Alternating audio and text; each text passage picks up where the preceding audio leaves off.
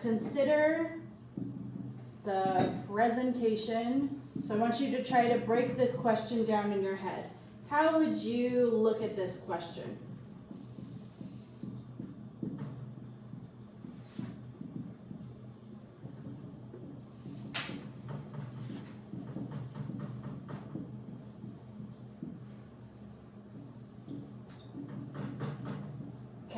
So I would get this question in a test, yes? And I'd have 5 minutes to read it. You get 4 questions, you pick one. I picked this one because I read through a lot of them, I like this one. Then I start marking it up. Presentation and function. Presentation is the same thing as the form I was just talking about. How? How do they show it? Yes? Presentation. And function is function, right? We're focusing on memories that could be seen as dark or negative. So does that mean that's where we got some wiggle room, right? It doesn't have to be a totally bad memory. It just has to be possibly bad to someone. So this is, to someone, it is negative. And then I will think immediately, when we are talking about writing, there's always the someones. Someone could be your protagonist. Who's our protagonist in this one? Protagonist. Other kids. Okay. Charlie. Protagonist means blah, blah, blah. Protagonist means main character. This, just to check your knowledge. Charlie. Also, the audience could think it's negative. Sometimes something happens in the book and the character thinks it's great and the audience goes, that's not good. Yes? Okay, so I have now started. I'm going to think about, we did not do the analysis table for this one yet. So before I do a test thesis, I have to think of my evidence first. Yes? The work that we've done over the past 2 days. You probably need your cases out because I'm going to give you some page numbers now. I'm thinking about anything that's a memory in this book. So then I go back and I look. I know that we're talking about, I had,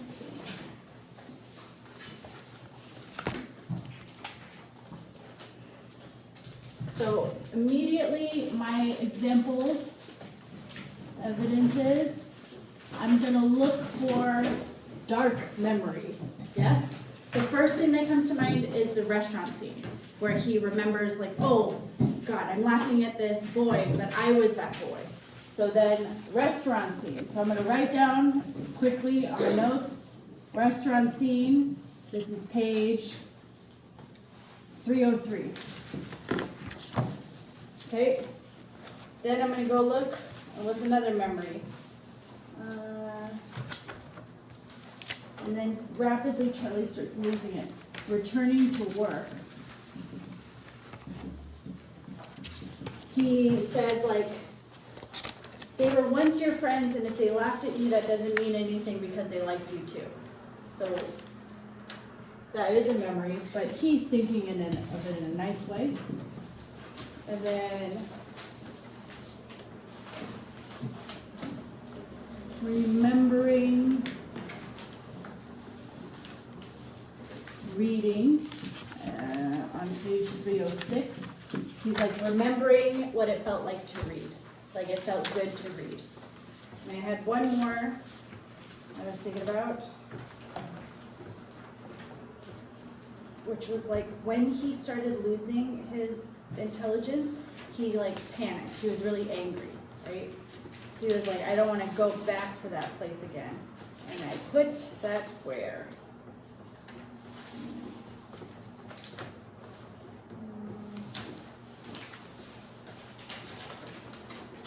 303. Oh, that's not the restaurant scene. The restaurant scene is 299.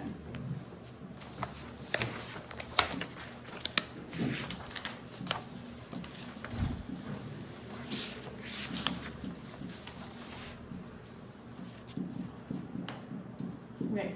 So I've collected my evidences. You can take a moment and like find those things in places, remind yourself of what they are. So I have done the analysis table in my head a little bit. Now I'm going to make a test thesis. test thesis.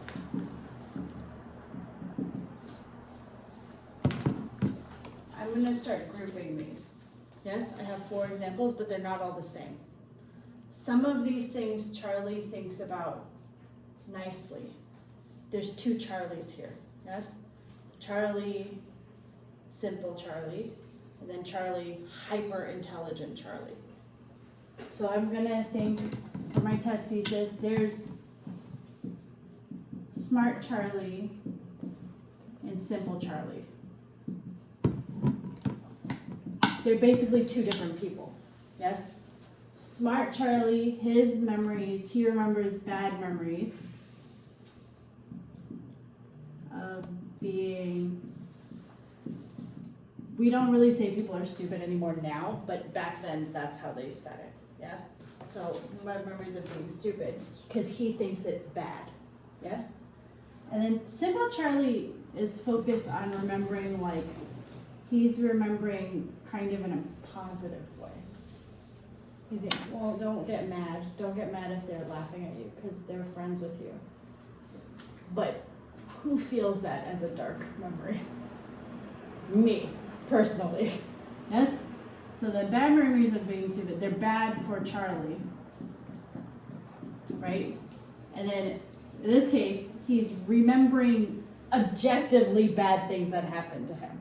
He was getting bullied. That was bullying that was happening to him. So then bullying for Charlie, he's like, it's okay, they're your friends, which is how he used to think in the beginning. But for the audience, it's definitely a negative. We're like, oh no, Charlie, they're not your friends. And he went through so much pain the first time learning that they were not his friends, so it hurts a little bit. The second one is the reading. Charlie, again, is positive. He's like, I hope that I can learn to read again, right? I hope, and I remember what it felt like to read, and it's such a good memory. I hope I get there again. But the audience is like, ugh, hate. It's like twisting of the knife. We know that Charlie's not likely to learn to read again.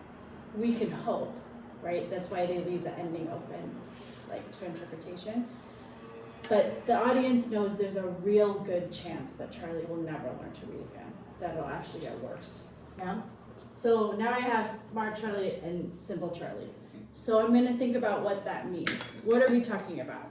Generally, for books, we're talking about one of your key concepts, right?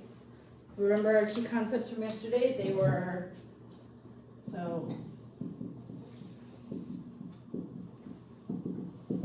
key concepts, identity, transformation,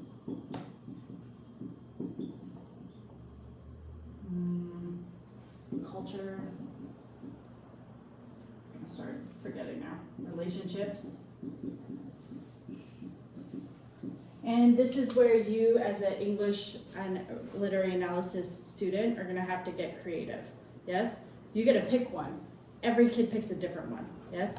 Strategically, when you enter the IB, you want to pick the hardest ones first, because you can't repeat them.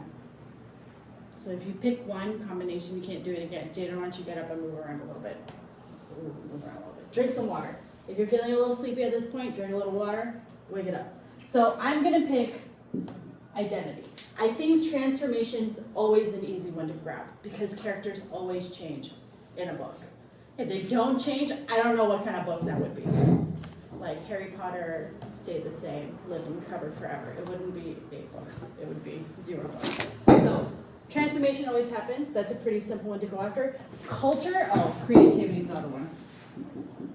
Creativity is genuinely a hard one, because you're talking about how the author is being creative. Youch. So then I'm picking identity. That's like one of the easier ones. Transformation, identity. Kids feel like, I can talk about identity. So I'm going to talk about identity. Who is Charlie?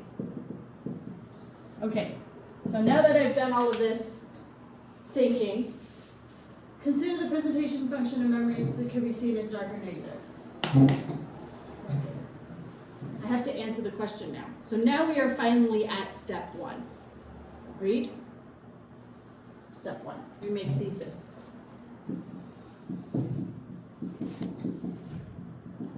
You want to include the author's name, usually the last name. You'll give the first name in the introduction somewhere. So Keyes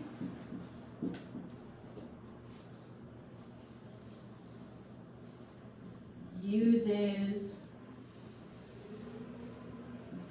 memories. I'm going to say painful. I would say painful memories to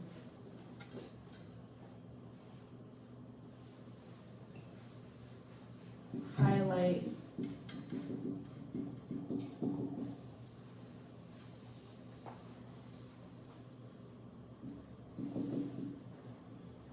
the differences in Charlie Gordon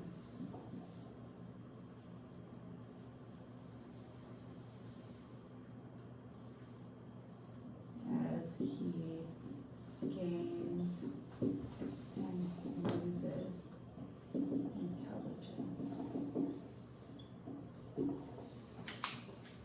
Test. Right? So it's good. It's good to have like two parts. This part is the form. So how is he doing this? He's using painful memories. They give you that in this one, right? It's in the form of painful memories. And then the what, the purpose is to highlight how different Charlie is. Okay? This now